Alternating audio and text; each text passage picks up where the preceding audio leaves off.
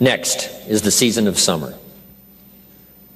In one of my major seminars, like a half-a-day seminar, we talk a lot about the season of summer. We talk about philosophy and activity and disciplines, and attitude in that other seminar. But here's one of the most important parts of that seminar, is to learn the lessons of summer and do the work of summer. In the summer, you must do two things: nourish your values like a mother and protect them like a father. That's doing the work of summer. You must nourish a relationship like a mother, protect it like a father. In the summer, you must love like a mother, hate like a father. The old prophet said, love good and hate evil. It's important to both love and hate. As soon as you've planted the garden, the busy bugs and the noxious weeds are out to take it. So make this note now: every garden will be invaded. Not to think so is naive. It's sometimes easy to say, not my garden, but I promise you, every garden will be invaded. It is part of the rhythm of life. It is part of the good and evil. So we must give life like a mother and take life like a father. We give nourishment to the fruit, but we take the life of the weeds. In your bloodstream, you have red corpuscles and white corpuscles. Red corpuscles to nourish like a mother, white corpuscles to fight and kill like a father. Thank God for white corpuscles that think negative all day. White corpuscles say, just show me some infection, I'll kill it. Because if I don't kill it, what? It kills you. Somebody's going to get killed today. And white corpuscles say, it's up to me to make sure it's not you. The great war between liberty and tyranny. Saddam Hussein takes over Kuwait. What should we do? Someone says, well, it's over there, what do we care? Well, what if next he wants Saudi Arabia? You say, well, it's a pile of sand, what do we care? Well, what if next he wants Israel? You say, well, Israel's a little insignificant country, what do we care? Well, what if next he wants the Mediterranean? You say, well, yes, I guess we've got to draw a line somewhere. And the answer is yes. So make the note, you've got to draw a line somewhere, or all of your values will be gone. Tyranny has no hope for redemption. Tyranny cannot be rehabilitated. It has to be either destroyed or contained, like illness in your body. It has to either be destroyed or contained, or otherwise it takes the body. So George Bush, our president at the time, was right to put together 500,000 troops from the coalition, go kick Saddam Hussein out of Kuwait. History demands it. Hired Chief White Corpuscle General Schwarzkopf and got the job done. So the war is on. Make the note, the war is on. In your body as you sit here today, the war is on. Illness trying to defeat your health. Health doing its best to defeat the illness. The war is a push-shove match. It's called the realities of summer. The encroachment of the weeds and the bugs, but the vitality of the fruit in the garden pushing back, and you've got to lend a hand in this battle, in this cause. Good health needs a helping hand. But sometimes the body needs a banana and you send it to Coca-Cola. The body says, wow, I needed a banana, you send me a Coca-Cola. Whose side are you on? The body says. Good health says, I'm working day and night trying to keep you healthy. You got to send me good stuff. So whether it's your health or whether it's the mind or whatever it is, we must be ever vigilant. Okay? So make the note, the war is on between good and evil. Now, would there be good without evil? I don't know. It doesn't seem like it. One suggests the other.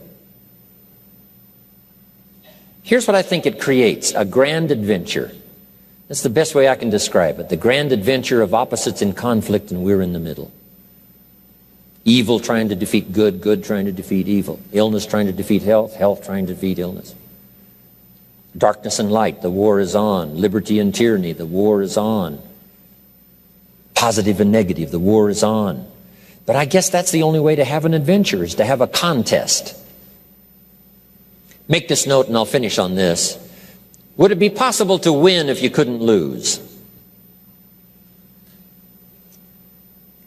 And the obvious answer seems no, it doesn't seem like you could win if you couldn't lose. If you took a football today and walked out to the stadium and walked across the goal line, would we all cheer and say you made a touchdown? And the answer is no, that's foolish. You can't just walk across the goal line with a football under your arm and say, I made a touchdown. Say, no, that's not how it works. It's not a touchdown until you face the 350-pounders whose sole interest is to smash your face into the turf. And if somehow you muscle by them and then dance by the secondary, cross the goal line, football under your arm, we say now you've made a touchdown and maybe you won the game. So jot this down. There are no wins without the contest. It's the contest that creates the adventure to win or lose.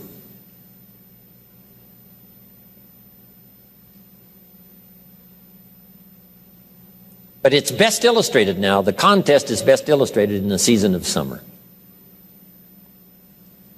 Love like a mother, hate like a father.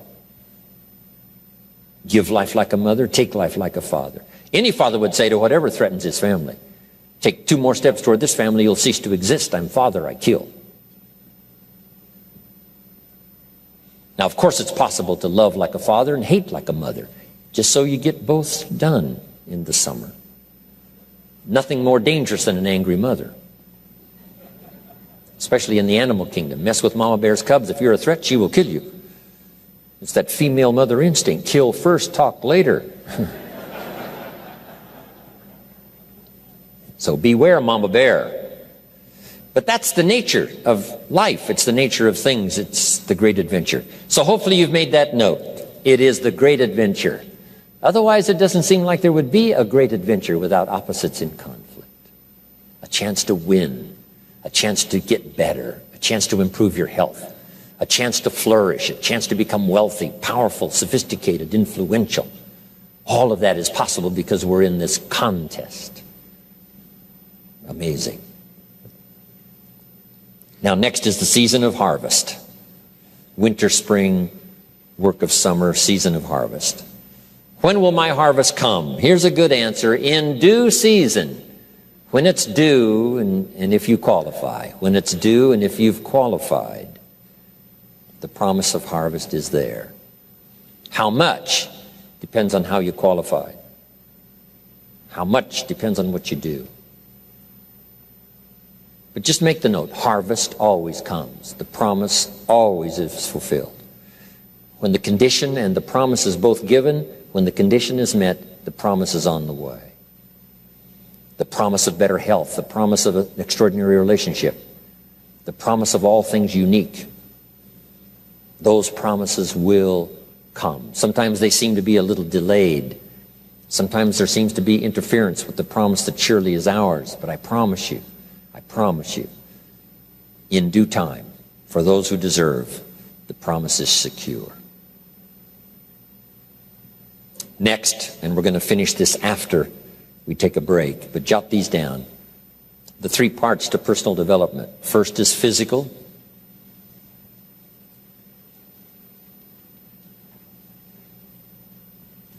What's important about the physical is the body and the mind work together. Healthy body, healthy mind. Instruction in Scripture says, treat your body like a temple. That's a good connotation. Treat your body like a temple, something you would take extraordinarily good care of. Don't treat your body like a woodshed, but a temple. And the body and the mind work together. Here's a unique phrase. It says, many times the spirit is willing, but the body is weak. That would be pitiful. A strong spirit and a weak body. So we must work to change that, so we have a strong spirit and a strong body. Here's what the body is, the physical part, is the support system to carry out the wishes of the mind and the spirit. A support system to carry out the wishes. So you want this incredibly vital, viable, powerful support system to carry out the wishes of the mind and the spirit. You know, sometimes you wake up in the morning and the mind says, let's go get them, and the body says, I can't even get out of bed. And one of these days you got to say, body, that's the last time you tell me you can't get out of bed. I'll drive you to the health food store. I'll make you read every book that's ever been written on nutrition. I'll make you do push-ups until your tongue hangs out. I'll jog you around the block until you're out of breath. I'll make you eat properly if it's the last thing we do. This is the last time you tell me you can't vitally support as a support system all the dreams and all the ambitions and things I've got going. So sometimes you've just got to do that. Take care of the physical. Next is the spiritual. I happen to be a believer. Humans are a special creation. I believe in what Thomas Jefferson said, who wrote the Declaration of Independence. Here's what he said: we're all created equal. And the word created is unique. Some philosophies wouldn't take to that. Created equal. Then he said, we're endowed by a creator. Now see, some philosophies would not buy that. Endowed by a creator. But we are believers, I believe. And we're given certain rights and gifts by a creator. Interesting language. And I won't talk any more about spirituality. Everyone has, of course, their own concept and belief. But let me give you this on spirituality. Jot this down. If you are a believer, I'm not asking you to be a believer.